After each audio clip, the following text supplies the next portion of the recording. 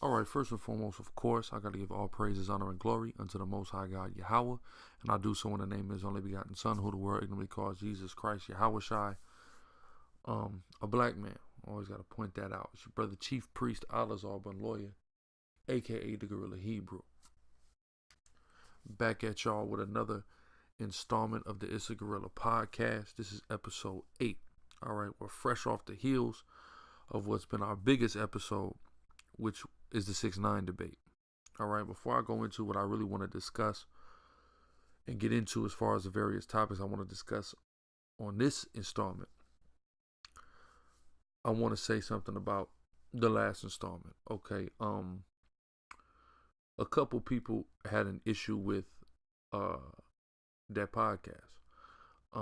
Here's my thing, and I don't understand what's so difficult to comprehend for certain people. If a video pops up on your timeline and your feed, you don't have to watch it. You don't. It's your choice to watch it. If you choose to watch it and you don't like it, you could always stop watching it at any point. If it's not the nature of content that you are used to or that you enjoy from us, then simply don't watch it. Watch one of our previous videos or wait for our next video. I mean, I don't understand what's hard about that. The point of these podcasts was not to do what we normally do, teach class or camp and things of that nature. The purpose of this podcast was to discuss other things. There are 24 hours in a day. Somebody's lying to you if they say that out of 24 hours of that day that they're simply reading and teaching the Bible. They're lying. We are brothers who definitely make a point to spend a lot of our time engulfed in the truth, in the teachings of the Most High God through the scriptures. That's a fact. We're brothers who dedicate our lives to this. But we also have downtime. We watch sports. We listen to music. We take in movies, because as it is written in the scriptures, be not righteous over much. Over righteousness can destroy you. You have to be a person of balance, pursuant to the book of Proverbs 11:1. A false balance is an abomination to the Most High, meaning the Most High hates a false balance. So we're not guys that put on this facade that we're just these super righteous guys that, are just, we don't do anything but read the Bible all the time. Though we base our life upon that, and that truthfully is the predominant thing that we do. It's the highlight of our weeks, is what we spend our weekends doing. That's not everything that we do. And we understand that we have an audience of people, and our audience of people is all blacks, Hispanics, and Native Indians in the world, the Israelites. We have an audience, all these people who are into various things. So it is conducive for us to grow our audience, to touch on things that potential new audience are in tune with, that they may not be in tune with the other things that we talk about. So if we could lure them in, reel the fish in, because that's what we're doing. Yahweh Shai, who the world calls Christ, said, I will make you a fisher of men. So what we're doing is reeling the fish in by talking about things that they're concerned with, that are truthfully typically not as important or paramount as the issues, of course, that we are discussing in our regular content. All right, it's called fishing strategy. Okay, being strategic is important, and I think tactfulness and strategy is something that a certain segment of the Hebrew Israelite community neglects. And this is why you're not seeing their production be at the level it's supposed to be at. You understand what I'm saying?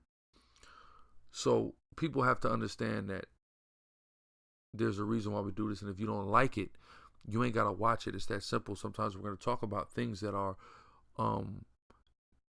considered folly, but we're giving a spiritual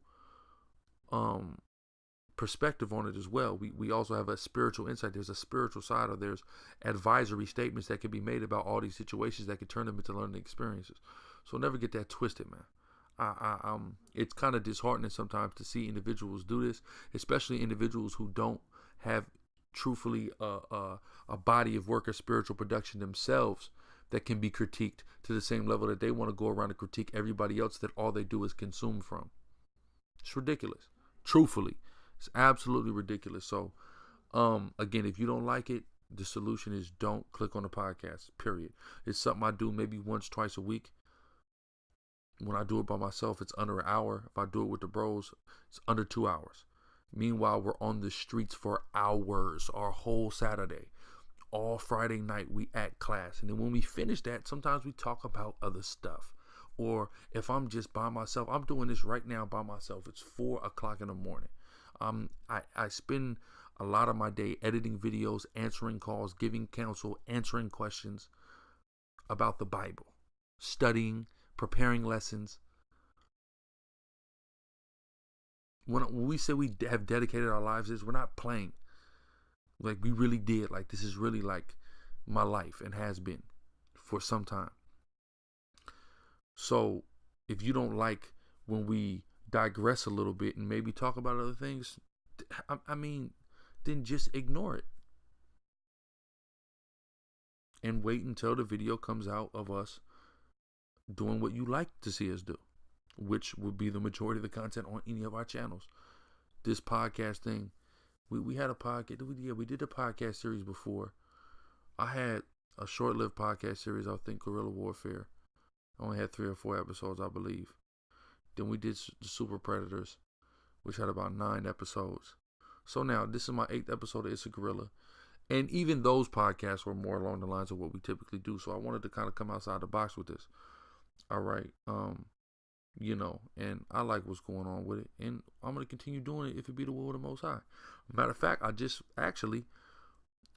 planning an additional podcast with Officer Hassad of the camp.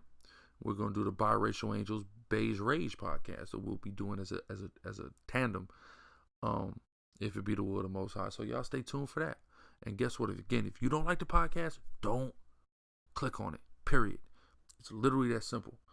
You know what I mean? This is just something like a side project we're doing outside of our regular thing. It's Thursday morning. Tomorrow, if it be the will of the Most High, we going to class, teach a powerful class. Saturday, we going to camp, teaching a powerful camp. That's what we're doing. That's our primary goal and objective. This is literally some spare time stuff. All right, period. Again, if you don't like it, don't watch. But the conversations that you're seeing us have are conversations that every Hebrew Israelite group is having off camera. You know what I'm saying? We just decided to put it on camera because we understand that people are interested in it. Just like when Tekashi got on that Breakfast Club interview and said, hey, look, this is going to be our biggest video. We then, later that night, do the podcast on it, drop it the next day. Or no, we won't drop it. We dropped it on Sunday.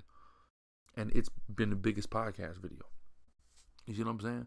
So, and what does it do? It brought in new audience, people who don't know anything about Hebrew Israelites. You had a brother that came on our comment board that had a picture of white Jesus, Caesar Borgia, and his name on it was Jesus Christ, and he came and made a comment and was kind of confused, but then inquisitive, and then started to watch other videos on the channel.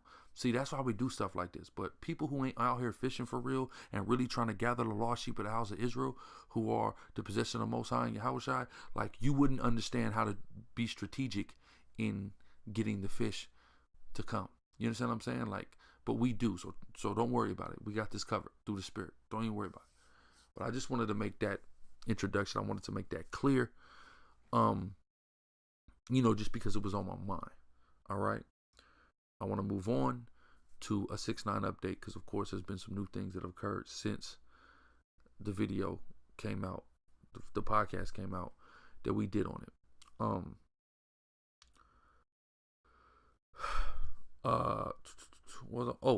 There's a couple brothers who I've heard, very intelligent brothers that I respect, that I recently heard make criticisms towards the individuals who are telling 6ix9ine he need to check in.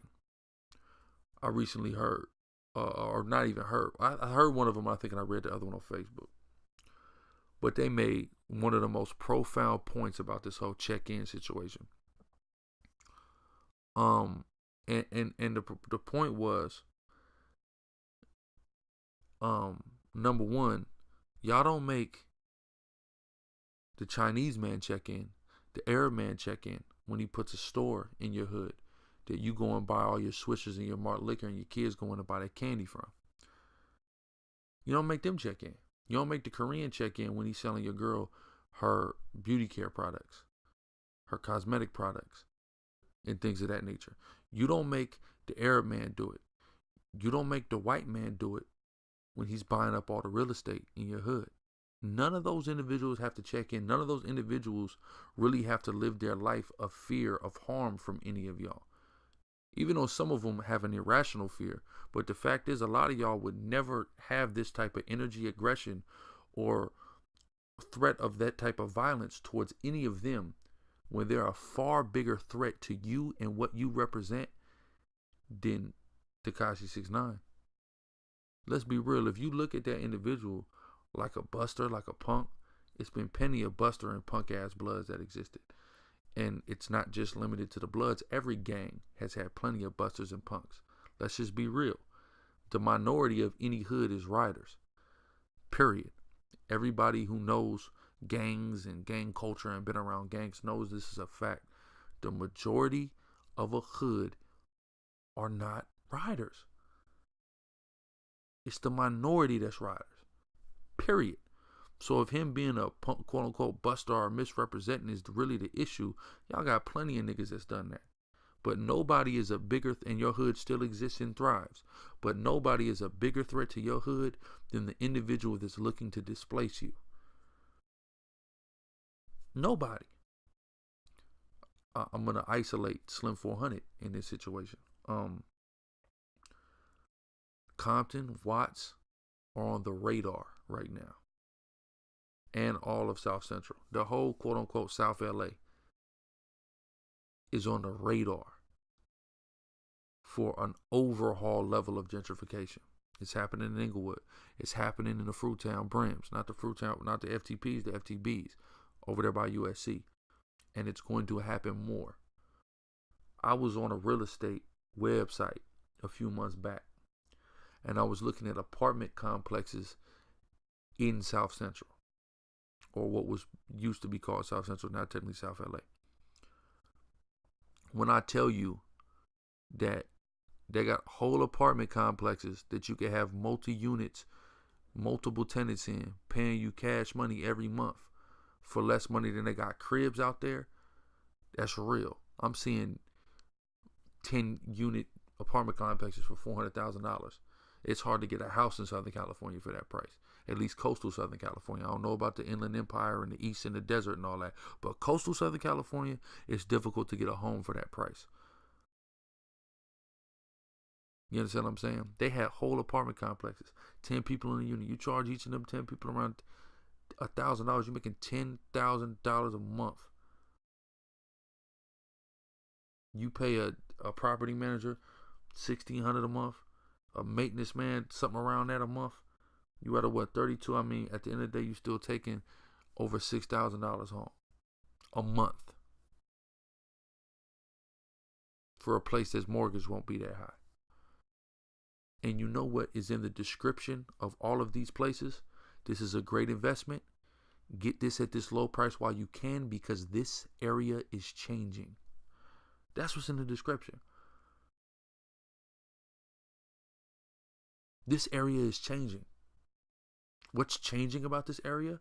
They're going to gentrify it. They want to change the patchwork that South LA is made up of, and they want USC students to feel safe about attending college there, and they want them to be the people that inhabit all them streets. Do you understand that 2 blocks away from the hood that's claimed by the Fruitown Brims, 2 blocks away, they got $4,000 apartments. $4,000 a month apartments. Rent is $4,000 a month for an apartment. 2 blocks away from a gang war zone. If there's cribs that's 4 racks a month for an apartment 2 blocks away from you, understand that your hood is going to disappear. And that is the threat. if y'all maybe would have been concerned making all these whites and Asians and Arabs check in instead of murdering the Harlems next door.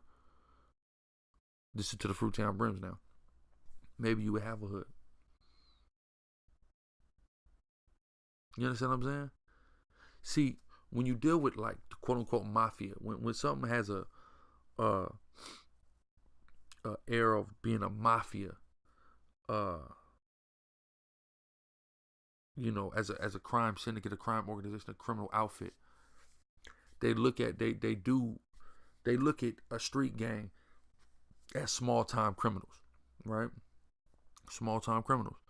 So when you deal with a crime family, a mob, you're dealing with people who look at themselves as big time criminals. And what is one of the main enterprises that mobs are, you know, kind of reputed to partake in? Extortion. Y'all want to extort rappers who are slaves to labels, when mafias extort entrepreneurs that are turning over a major profit. Therein lies the difference in mentality between a small-time criminal and a big-time criminal. And oftentimes, crime families partake in a great deal of legitimate business as well as a great deal of illegitimate business, and use the revenue streams gained by both to fund the enterprise. You don't see that as much in street gangs. And it's just an attestation to the mentality of a lot of our people and how we're so quick to tear one another down, but everybody else looks at us, laughs at us, and prospers over us. Now, I'm not telling anybody to go into extorting any businesses or turn their street gang into a crime syndicate, a crime family, a mafia. I ain't saying for nobody to do none of that. What I'm saying is a lot of brothers got to look in the mirror and be real with themselves and take a look at what they're doing and how quick blacks and Hispanics are to tear one another down internally within Hispanic, internally within black, and even sometimes within one another's community, black versus Hispanic, Hispanic versus black. These things happen. We have to take a look at how quick we are to do that to one another versus how really non-existent it is for us to do that to anybody else. That's something that we have to seriously consider and look at and ask ourselves, why is this? Them niggas need to check in. Them niggas that's buying up your hood need to check in. Them niggas that's hiking the rent up sky high on you and your mama and your grandmama, them niggas need to check in. Why don't they gotta check in? Another point. We're going to leave off the street gang and we're going to go to a group that considers himself the mob, which is the Rap-A-Lot family, the Prince family. So Jay Prince Jr. is, everybody knows about the, or should know about, the issue that occurred with he and Tekashi, and how now he's on Tekashi's head, and he was at the South by Southwest show and things like that, and they planned on doing something to Tekashi. I don't know whether it was violence or whatever. But meanwhile, innocent black families were getting bombs sent to their house, and their houses blew up in the same city where South by Southwest is happening. Nobody batted an eye. Nobody said something. I mean, I don't even think anybody really extended prayers or cared, which is crazy because getting a bomb sent to somebody's house is major.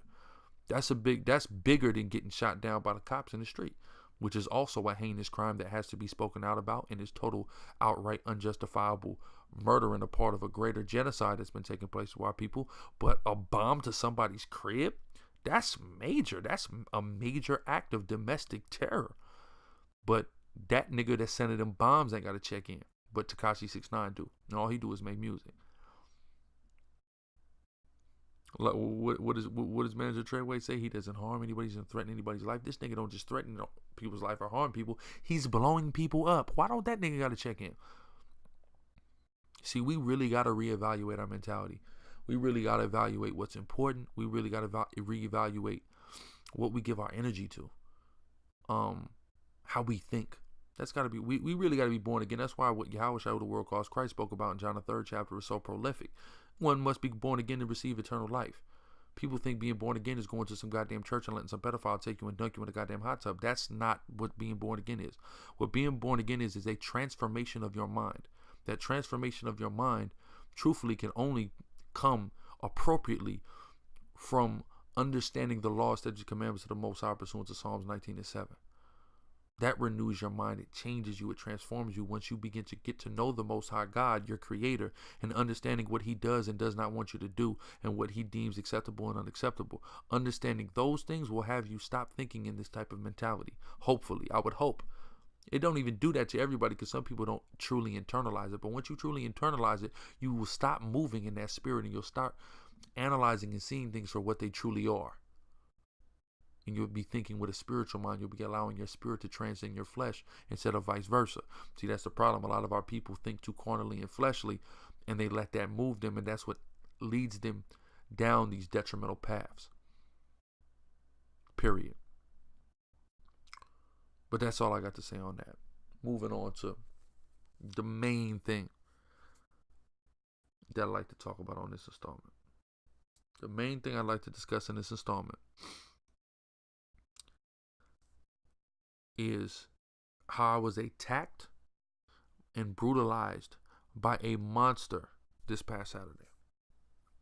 Brutalized, attacked by an absolute monster, a terrorist who had me in fear for my life. Probably a 5'2" white girl. Now some people may say, come on, dude, you're 6'4". How can you be in fear for your life from some little frail dainty white girl? First off, nigga, have you ever heard of Lizzie Borden? Murdered her whole family, little dainty white girl. That's number one. The white woman is one of the biggest killers ever, especially of a brother. Are you kidding me? How many brothers have died, gone to prison for life behind the lie of a white woman? I mean, we couldn't even count. So hell yeah, I was in fear for my life. So anyway, what occurred was this. At Camp Usual, I had just got on speaking. Powerful brother Captain Tazama Maf was going in. Spirit left him. I hop on. Boom. I'm talking about the brother who unfortunately got murdered, shot 20 times in his backyard up there in Sacramento. And man, here comes this group of predominantly white women. There's one white man there, but it's a bunch of devil bitches anyway. So they took offense to what was being said, because I'm talking about white people getting they just desert, getting what they deserve inevitably from God as a judgment for all of the crimes and evil and wickedness they've done, especially the last half a millennia. One of them in particular is piqued by what I say. She stops dead in her tracks. She's staring at me. She's saying things to me. Matter of fact, I'm gonna get it. She's staring at me. She's saying things to me.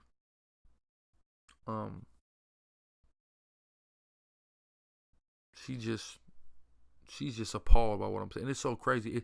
What's so crazy is how appalled people are when we cry out about all the injustice that have occurred to us, to the people who are the perpetrators of it. They get appalled.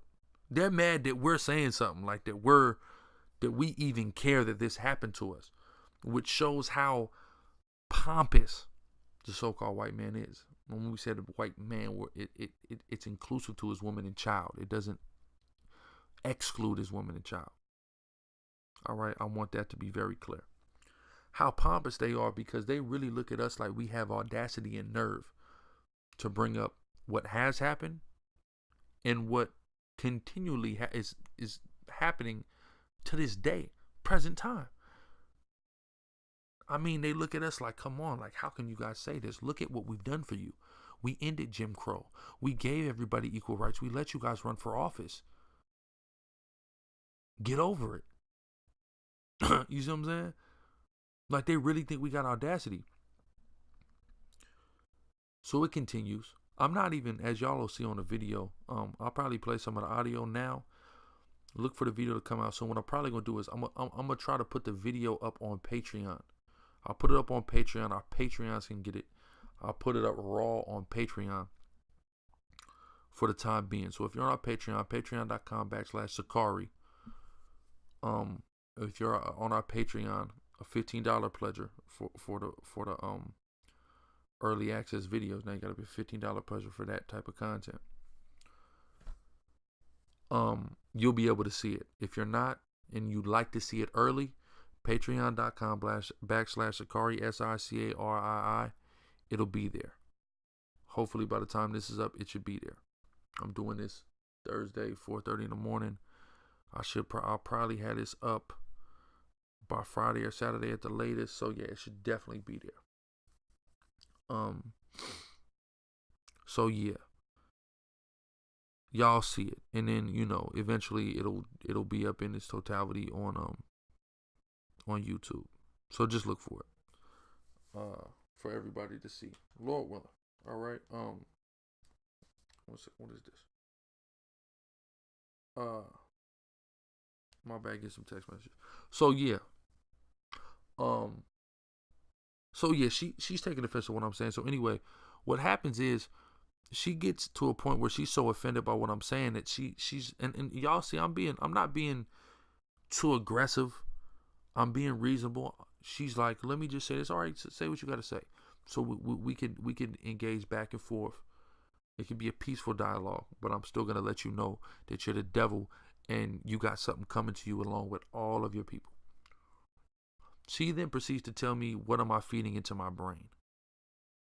It was at that moment that in the spirit I realized this woman was drunk. It wasn't clear to me before, but I had seen her. That's why I said it was through the spirit. I'm looking at her, I'm like, damn, she was twisted. And mind you, it's daytime. It's at this point probably 5:30. Approximate matter of fact, I could look exactly when it was. What's wrong with me? Let me just take a look at the timestamp on this. Okay, that's 1821. 1821 is 6:21.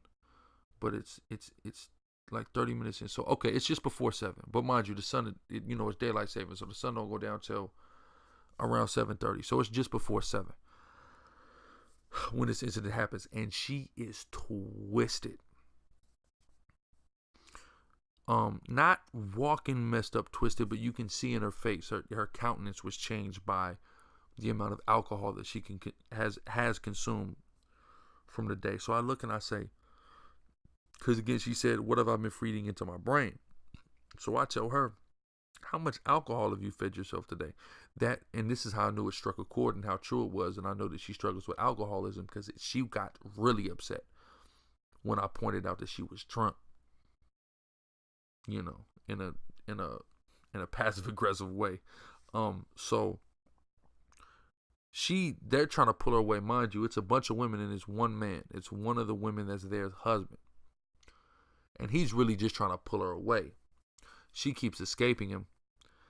And she comes back to me and asks me something stupid like, how many times have you jacked off in your life? Oh, whoa.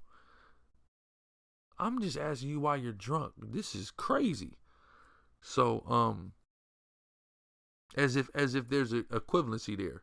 You can know how much you drank in your life. You're talking about something like masturbation. That's ridiculous. You know what I mean? That's really ridiculous. So she what does she do at that point? They pull her away again, but she's still talking. So I'm driving on her. She do the spin move. Y'all gonna see it. It's crazy. She do that as my brother Sergeant Jamar. The spin move. She hits the spin move on old boy that's got her. Boom. Comes back. I say something. She just rushes in, pushes me. As that happens, Akim that's there, they push her back. Like, yo, watch out. You know what I mean? Of course, naturally, brothers on the line is in order. So if she's lunging at me, she gets pushed back. So yeah, That happens. So now I'm assaulted. She's put her hands on me. I'm assaulted, which I guess is technically battery. Whatever. I was battered. So yeah, I'm battered. So now I'm hot. So now the boy is grabbing her. I'm like, oh yeah, when the cops come, yeah, stick around because somebody gonna call the police, and you damn right, I'm putting your ass in jail for putting your hands on me. Period. You damn devil. We don't get our people locked up, but others, especially the so-called white man, woman, child. Oh yeah, you going to jail because you put us in jail. It done got us lynched, hung, castrated, beaten to death, mutilated, every damn thing. You going to jail. Period. I don't care. I don't tell on none of my own. But for that devil, oh, you going to jail. Period. So yeah, then it was revealed when I said the cops is coming and she's going to jail, that the woman whose husband was present, her husband is the police. So I get to cursing his ass out. I say, I don't care if you play golf or you on the force with these niggas. That bitch going to jail. Period. And we have to understand the importance of this. When these other people, when these heathens, when they put our hand, when they do anything to us, don't hesitate to get their ass locked up. It's detrimental to call the police on your brothers and sisters. And the reason I just did a lesson on this a few weeks ago in class, if y'all recall, in wake of the brother getting murdered in LA by the police, who they said was armed, but they smoked him and couldn't find no weapon on him. When you call the police on your brothers and your sisters, you are literally putting their life in jeopardy because of how much of a propensity the police have at murdering blacks and Hispanics, men, women, and children, indiscriminately. But for them, who gives a damn about putting their life in danger? Which their life isn't in danger because they're always being taken care of by the goddamn police. You see what I'm saying? So, anyway, what happens? Boom, boom, boom. She hits the corner. There's a lady that lives in diagonal from where we speak. She lives in the apartment on the corner, and she's been yelling down at us all day. And she does it frequently along with other residents there in those apartments. So she yells down to the crowd that's walking away, the crowd that has the woman that just assaulted or battered me walking away. And she's like, stay right there, I'm calling the cops. I'm like, great, she called the police. Great, exactly what I needed. Good, she called the cops, so they coming. Mind y'all though, the police are never quick to respond to calls that involve us anymore, because 9 times out of 10 there's nothing going. They've responded so many times to know that there rarely is ever anything going on. Store owners, passersby, residents constantly call on us, and they're like, I mean, them dudes are just out there talking, so there's really not anything we can actually do about it. So they're never quick to respond to calls. I mean, literally, I saw units pass by without responding. A unit finally responded. This is an hour. This is close to an hour later, because we had already wrapped up. You know what I mean? So we had probably started at 7. I mean, at or we had probably ended at like 7:40, 7:45 is when we closed up. So he probably pulls up like 7:48, 7:50, somewhere around there. Brothers got the footage of that. I'm gonna try to get that footage out as well. When this devil pull up, police. Revelations 2:10 says the police is the devil. Anyway, so that's why you don't call the devil on your brothers and sisters, but you can call the devil on the devil and let them handle that in-house issue. But anyway, so yeah, so the police finally pull up. He like, man, what happened? He pulls up in a car. He's talking to me. I'm on the sidewalk. He called me over to the car. I walk up on his car. Me and the deacon, a car, walk up on his car, and we're like kind of like bent over talking to him through the window. But not like all up in his car, still at a little bit of a distance, but you know. So anyway, he's like, what happened? I'm like, man, I was assaulted. He was like, you need the medics? He said it in a kind of a joking way. But he didn't say that in like a demeaning joking way. He said it in like a joking way. He's looking at it like, man, you look good. Yeah, like I perceived it like, you look like you're fine. You're a big guy. I'm sure that, you didn't sustain, a major injury, a great bodily injury, which I didn't. I mean, I wasn't hurt, but the fact is somebody put their hands on me that they have a right to in an aggressive manner. Somebody invaded my space, my privacy, violated constitutional rights. You know what I mean? So anyway, yeah, so he pulled up, boom. Then the conversation kind of turned, and then I started to detect a condescending tone from this devil, this pig in the cop car. So I was like, wait a minute, what's going on? Then he's like, yeah, back away from my car. I'm like, hold on, wait a minute, I gotta back away from your motherfucking car, nigga. I was just assaulted. What the hell is you talking about? I'm getting at him just like that. And he said, because we got the knife on us. I got the knife on me. Open carrying legal, as long as you have that handle showing. It's totally legal to open carry blades here in the state of California, and specifics in the municipality of the county of San Diego. So anyway, he's like, and I see that knife, and I see that knife on your side. You better be careful. Inferring like he would shoot me. I said, oh, all right, fuck you then, asshole. I turned to the crowd, the Akim, the brothers, the camp, that's all there lined up in order. And I say, start recording. Phones out, start recording, go live, whatever niggas got to do all of that. Because this devil ain't no telling what he's on. He's on the time like he's trying to lay me down tonight. That's what I perceive from him. Even though I was a victim of a crime. Ain't that crazy? See, and this is why you can't call the devil. Because you're the victim of a crime and you're still treated like a criminal and a perpetrator. Yet the individual who is an assailant, they get to walk free because they have the complexion for the goddamn protection. You see what I'm saying? And it's real. And this has proven itself time and time again. When you need these devils, they're not there, but they are there, and they are the first people to give you hell and mess up your life.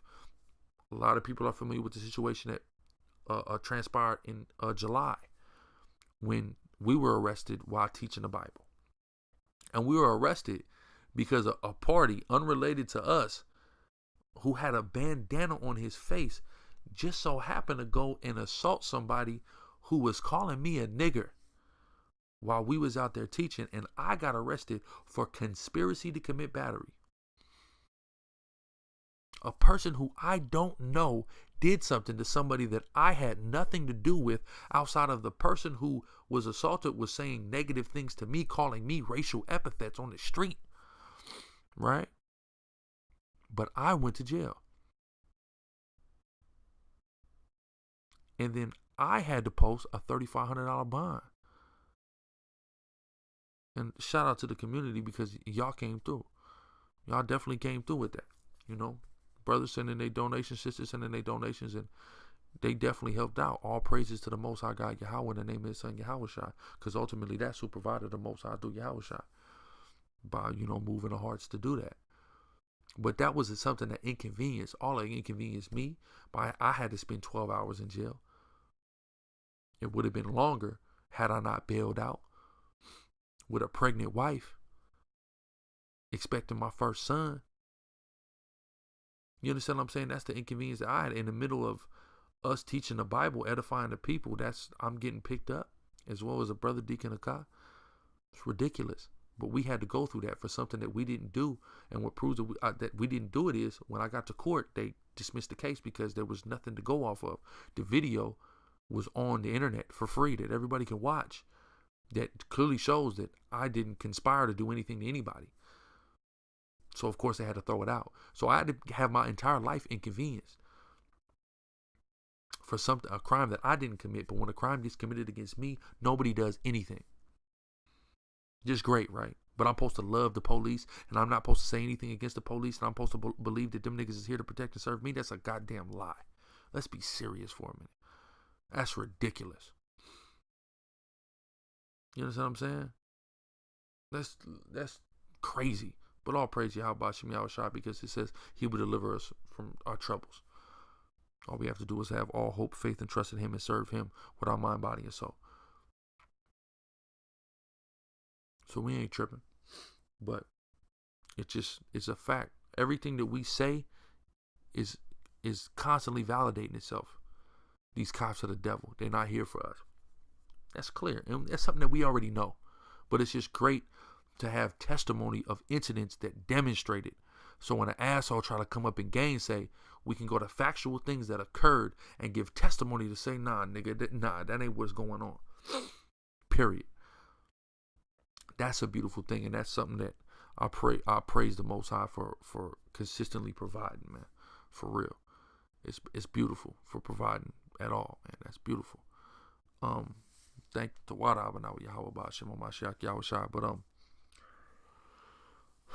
so anyway, he's on that bullshit. So he start calling back up.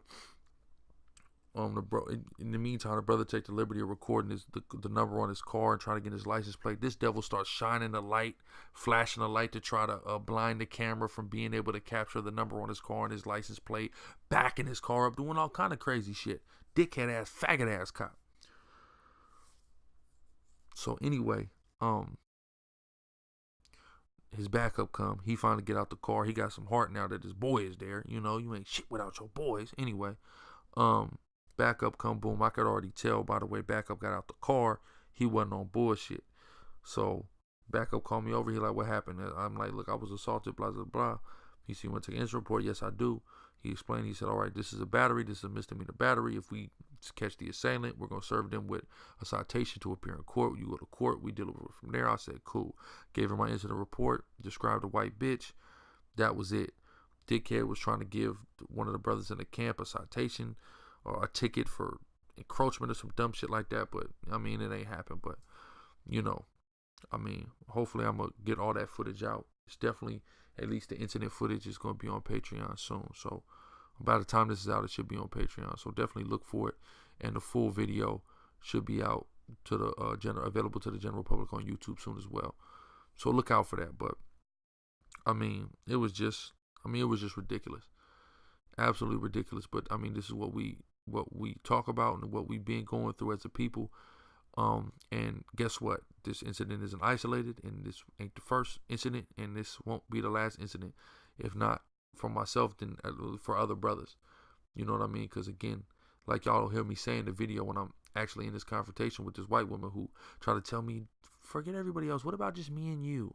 Damn all that, white bitch. I'm not going to fall for that. I don't look at situations as just me and you. I look at it as the populace of my people. I think like who the world calls Christ thought, Yahweh Shai. He thought about his people in totality as a whole. And he didn't disconnect himself, you know, from that most of the time. And that's how we got to think and move and operate as well. So I'm not just looking at, even if this is the last time I ever experience something like this. This ain't the last time another Black, Hispanic, and Native Indian is going to experience something like this. Another Hebrew Israelite, God's chosen people, the apple of God's eye, is going to experience something like this. So it matters to me, and I got to speak against it. Period. Something a lot of people don't understand. Because the love of the Most High and Yahweh Shai and their people is not in them. But for those of us that do have that love, oh yeah, we understand fully and totally. You know? So, you know, that was essentially that situation. You know, Most High when they catch that demon. All right, I'm going to tell y'all niggas that right now. I want her ass in, as y'all going to hear me say on the video, I want that bitch in bracelets. But the likelihood of that happening is extremely low. She walked off into the dead of the night. Probably never to be seen again, you know. But maybe somebody can identify her off this video. And hopefully the police, the task force that was assigned to us to investigate us and watch our videos and try to compile data and evidence against us to build a case on us that fell flat on its face, maybe they can allot that same time and energy to catching the assailant that assaulted or battered me on the streets where I was invoking my First Amendment right. But how likely is that? How likely is the care of the life of niggers and spics ever mattered? But it does matter to somebody. It matters to God. It matters to his son who the world calls Christ Yahweh Shai. And that's who will avenge us. And that's all I was talking about. And that's why that white bitch got so goddamn angry that she felt that it was okay for her to put her motherfucking hands on me. Whew. Enough on that. Something I forgot about the 6ix9ine situation. was he got his 50 Cent cosign today, which is big. He really hasn't got a major cosign yet from a New York quote unquote OG artist. So he finally got it in the form of 50 Cent, which is, I mean, one of the biggest ones you can get, period. Very few people have seen the success that he has in general, let alone just in music. By having a diamond album, several platinum albums outside of his diamond album. You know, we know about 50 Cent for selling his records, moving his units, doing what he got to do. Now, you know, in the TV and the film game and seeing the success there, you know, and people who know me know I'm a huge 50 Cent fan, major 50 Cent fan. So that was big. You know, it was something. Matter of fact, let me go to 50 Cent's Instagram real quick, because he said something on the gram that was prolific. Well, not prolific, but just to the situation. He posted a picture with him at 6ix9ine, and he said the little homie's getting big as a motherfucker. He said, you can't be saying all that crazy shit you be saying. He said 6ix9ine responded, why not? You be saying it. Then 50 responded to that, oh shit, you right. Fuck it, do what you want to do. And I mean, this is kind of, you know, I didn't realize the parallels, but there's parallels to how 50 came out and how 6ix9ine came out. You know, just, you know, kind of just not giving a fuck, not having that major cosign in the city, but bullying his way to supremacy in the city of New York, which ultimately will lead to supremacy in the state of hip hop, because of course that's the birthplace and the capital of hip hop. You know what I mean? So, that's a big deal. There's something else. Oh, real quick. There's these articles that's been posted lately that apparently these scientists have been doing these studies, right? And I want to speak about it real quick.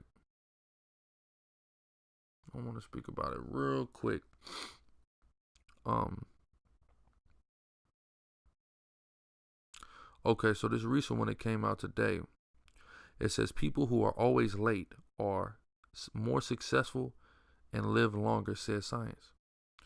And I had shared it on Facebook, and I posted it with the I posted on it, more good news for me. And it's kind of like a follow up to another another article on a study that scientists did. That it's kind of like all this science is coming out that is attesting to the benefits of the habits that I happen to have that are deemed by most to be unhealthy. I definitely have a problem with tardiness. My father had a problem with tardiness. My grandmother used to always say, if you want your daddy to be on time, give him an hour, tell him an hour earlier than it's supposed to happen. And people who are close to me have learned to practice that same thing with me. Because I definitely had I mean, since I was in elementary school, I've had a problem with being tardy. You know, so that's interesting. And I'm gonna get the other one real quick. Let me scroll down and find it, because I found it interesting that these studies are coming out with this, and it just kind of shows that it's it transcends the robotic programming that's been superimposed on us in the society that we live in. Be here at this time, do this and that. You have to go to sleep this many hours, or at this, you know what I mean? All these various things, which not saying none of that is bad, but it's just something that I've always had a problem with. You know, so, but let me, where is this at? I'm just gonna read the title. That's it. I ain't gonna read nothing else but the title. Right here. It says, experts say intelligent people go to bed late, leave a mess everywhere, and use bad language. And I posted on that. I've been trying to tell y'all, I've been like this as a midget. Since a kid, I've, you know, always had horrible sleeping habits, always been reputed as messy. And, you know, I mean, if you've been listening to this podcast the last goddamn 49 minutes, and you know I use bad language. But it says this is what intelligent people do. Then it says tardiness is something that late people do. I mean, successful people do. So Intelligence and success are synonymous with many of my habits that are deemed as unhealthy, so that reinforces me in knowing what I'm doing is the right thing, right? I hope so, at least. It's funny, I just seen a meme the other day that this female had posted, this sister had posted, and she said, it said something like, coca leaf, chocolate comes from coca leaf plants, therefore chocolate is salad. You know, and I'm with that. I'm with that all the way because I love chocolate. So I'm gonna just start calling it salad. Hey, I'm eating healthy. Whatever, kiss my ass. You don't like it. You know, we need that positive reinforcement sometime. But hey, it's 4:55. It's getting late. Hope y'all enjoyed this installment, the 8th installment of Issa Gorilla. I'm gonna sign out and give all praise, honor, and glory to the Most High God Yahweh in the name of His only begotten Son Yahweh Shai, and say shalom.